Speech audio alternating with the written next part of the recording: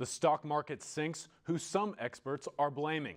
Delta Airlines gets punished for its break from the NRA, and climbers need to learn high mountain hygiene. This is OU Nightly.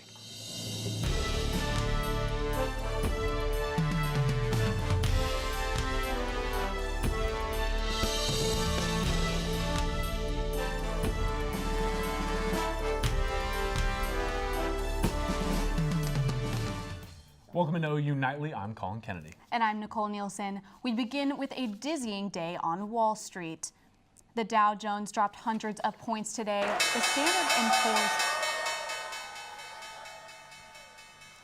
The Standard & Poor's index erased nearly all of its gains for the year. This comes after President Trump promised a stiff new tariff on imported steel and aluminum. For more on this tariff, Sydney Forsee joins us from the News Center. Sydney, what do you got? Collin, here's exactly what was announced by the president. A 25% tariff will be placed on all imported steel, and a 10% tariff will be placed on all imported aluminum. Wall Street investors are afraid of retaliation from other countries. We're talking about a possible trade war with China, and that could possibly raise inflation in the United States. Even so, the president is moving forward with the tariff. We'll probably have everything completed by next week. We'll be imposing tariffs on steel imports and tariffs on aluminum imports, and you're going to see a lot of good things happen. The president says this move will bring steel and aluminum business back to America, but many politicians have already spoken out against the tariff because it will drastically raise prices for American consumers. Pro-gun Republicans in Georgia are celebrating their victory over Atlanta-based Delta Airlines this afternoon. Originally, Delta was going to receive a major tax exemption on jet fuel, but the airline cut ties with the National Rifle Association in the wake of the Florida school shooting. GOP members in favor of the NRA passed a bill by large margins today denying the airline the tax break. Delta is no longer offering discounted fees to NRA members. And Kroger becomes the third major retailer this week to announce it will no longer sell guns to those under 21. The restrictions put in place by the store are currently stronger than federal law. The grocery store chains follow suit after Dick's Sporting Goods and Walmart in response to the Parkland school shooting.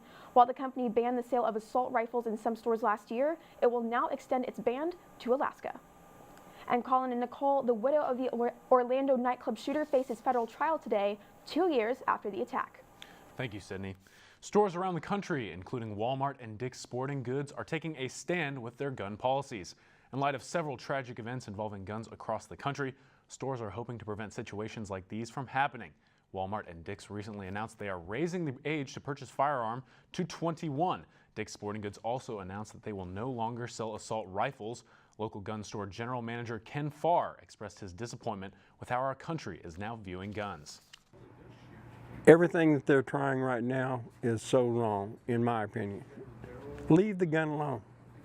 You know, if you want to strengthen something, strengthen our laws as far as mental health goes. We don't need more laws. We need to enforce the ones that we have on the books.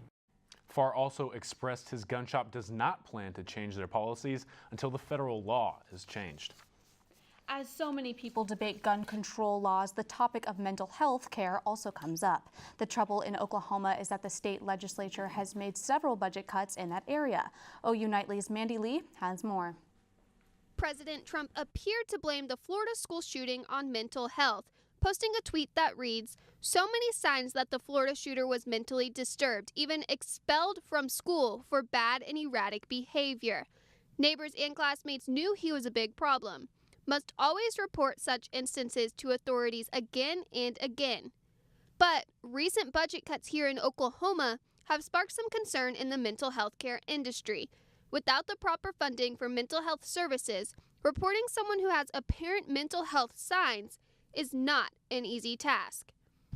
Let's just say there are about 500 students walking around the South Oval right now. Statistics show that 1 in every 5 adults suffer from a mental health condition. That would mean about 100 of these students walking around behind me have a mental health condition. The state of Oklahoma passed a budget bill that will force across-the-board cuts to all state agencies. Here is just one agency that is going to have less money to treat mental health patients because of the state's recent budget cuts. Those of us in the field do the best we can because we know how important it is. And without appropriate funding, services can't be provided. Last year in Cleveland County, 13,475 people received some type of mental health service funded by the Oklahoma Department of Mental Health and Substance Abuse. This number was down the previous year total of 15,450. Without the funds needed, the number of people treated will continue to decline. Mandy Lee, OU Nightly. Just this week, Governor Mary Fallin signed a bill that cuts all state agencies another 2.5% between now and June 30th. Well, on another note, it's a little bit of spring weather coming out for us. It's been nicer recently, Nicole. Sawyer, what do you have for us? Yeah, guys, so today it has been nice, and it is officially the first day of meteorological spring. And with that, we're going to see these warmer temperatures. And right now outside, clear skies over the entire central part of the U.S. Up in the Northeast, though, they're about to get hammered with some snow and some rain, especially in upstate New York.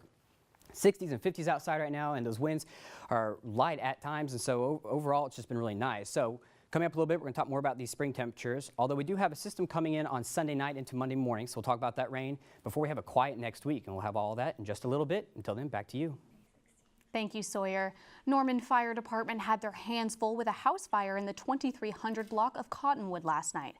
Crews arrived to heavy fire conditions but were able to extinguish the flames without any damage reaching nearby homes. The owners of the homes were able to escape with nothing more than minor smoke inhalation. The home, however, sustained extensive fire and smoke damage. Investigators are still working to find the fire's cause. The Norman City Council unanimously approved a plan to begin construction on a standalone senior center. It will be built in North Norman near Max Westheimer Airport, not far from the Cleveland County YMCA. The senior center has long been expected as part of the Norman Forward's Quality of Life package. The only issue is how to fund it. Now we know a portion of the University North Park District Tax Increment Fund will help foot the bill. A big change at the OU library as staff note a difference in student habits. It is now estimated that only 20 to 30 books are being checked out each day. This may be due to textbooks being available online, but the internet has made it so much easier to research and find sources without needing books to look anything up. Rebecca Link, the library circulation assistant, noticed that many seniors and graduate students are the ones checking out. Probably like 85% of people come to just study and not like check out books to take home. The library also made changes to allow students to feel more comfortable studying on campus. Most of the renovations include more technology and charging stations for students to use.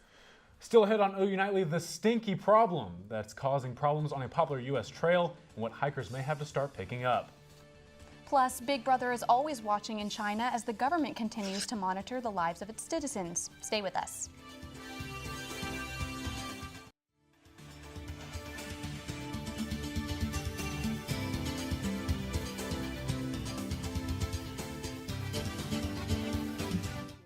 Welcome back. Climbers on North America's tallest mountain may need to start picking up their poop during hikes.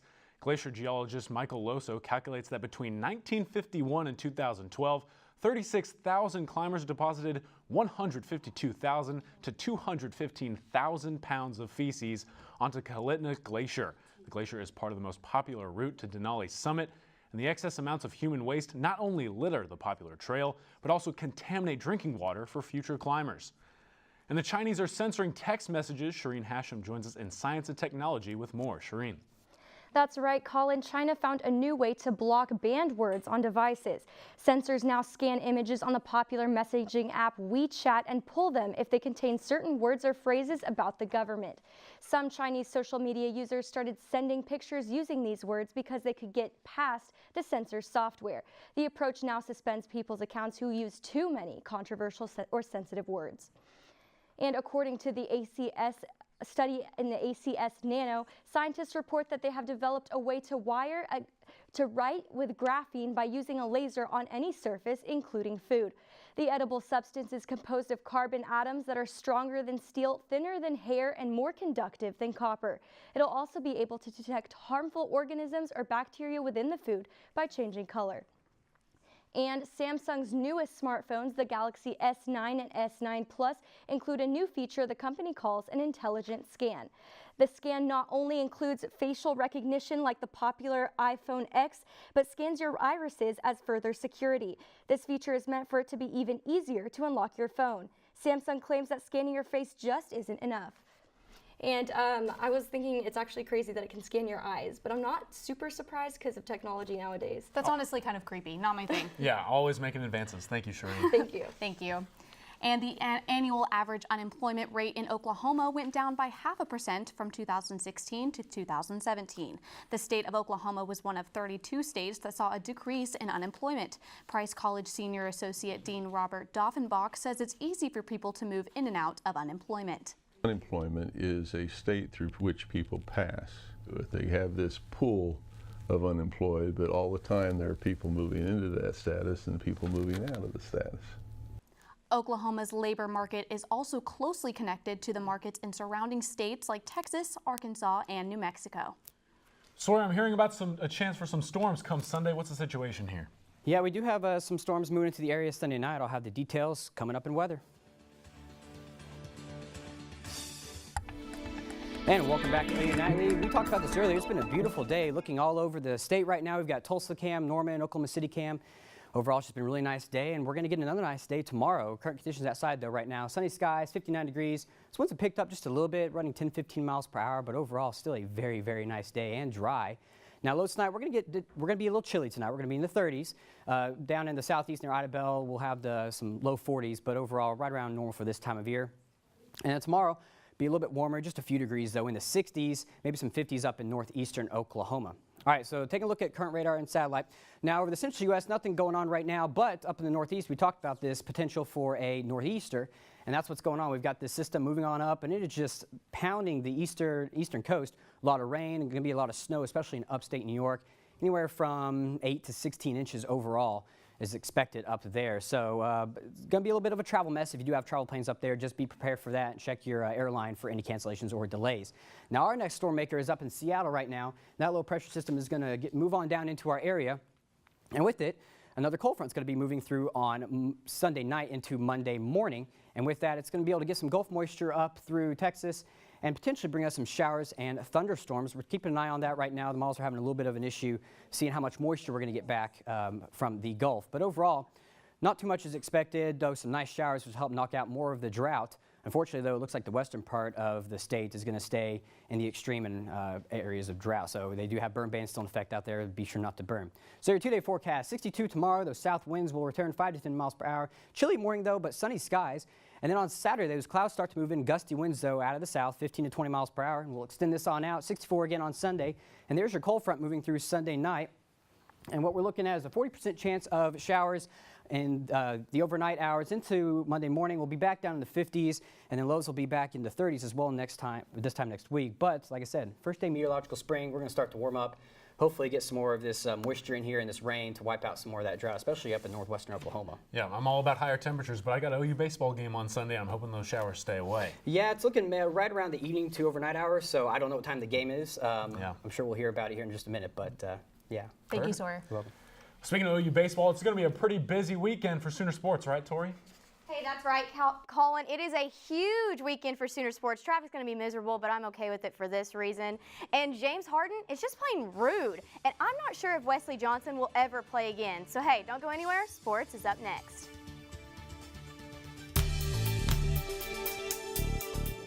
Springtime is a busy time for Sooner Sports, and this weekend, 8 different OU teams are in action. Your two-time defending national champs Sooner softball kick off the Courtyard Marriott Tournament on Friday here in Norman. The baseball team begins a series with the undefeated Crimson Tide on Friday, and the superstars of the gymnastic world will go up against number 7 Michigan on Saturday. And on a different kind of mat, the wrestling team begins the Big 12 championship this weekend. Men's and women's tennis both have matches this weekend. The men host Kentucky while the women travel to Tulsa. The women's basketball team head into the Big 12 tournament ranked 4th, and they will be taking on TCU in Oklahoma City at 11. The men's basketball team plays their last game in the LNC this season Friday against Iowa State. They tip off at 8.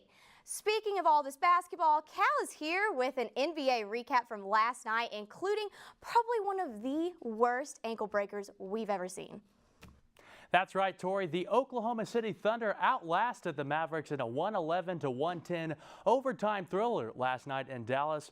Russell Westbrook was 3 assists shy of a triple-double, scoring 30, including the go-ahead three-point play and the final minute of OT. Paul George added 23 points of his own. The Thunder are headed next to Phoenix Friday night for a meeting with the Suns. And in one of the dirtiest moves I've ever seen on an NBA court, James Harden crosses over Clipper Wesley Johnson. He falls to the floor. Harden stares him down, then drains a three-pointer on his own island. Johnson is left helpless and may want to consult his local orthopedic surgeon after that ankle breaking. This is all in the first quarter as the Rockets cruise to a 105-92 victory. And Tori, the Beard is building quite the resume for league MVP.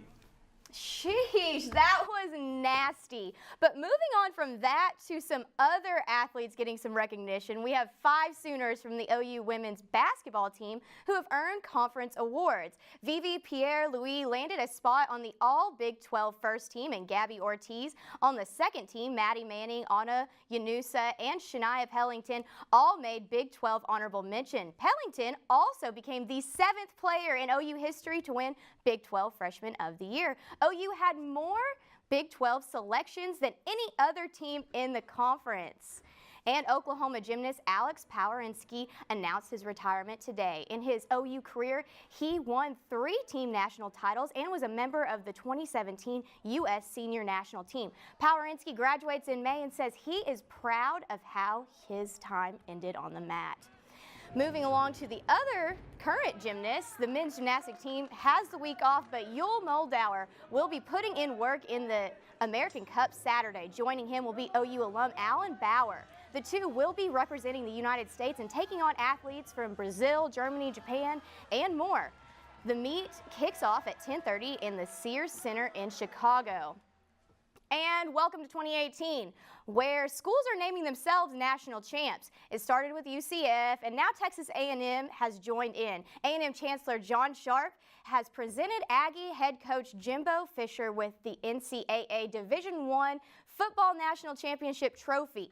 The trophy simply is left 20 - for the year. So Jimbo's got 82 years to get that championship for real. Just when I think the Colt down in College Station can't get any worse, they award themselves the most glorified participation trophy of all time. Right? Shocking stuff. I mean, since we're awarding ourselves things, I'm going to name myself the 2020 national champ now. Oh, sweet. Can I be the best gymnast in the world? Yeah. I'm pretty flexible. I mean, that's allowed now. Yeah, there we go. There we go. Congratulations, Tori. Thank you. Thanks, Tori. Still to come on OU Night, we'll have a look at the weather fact of the day. And why the camera may add 5 pounds to your nose.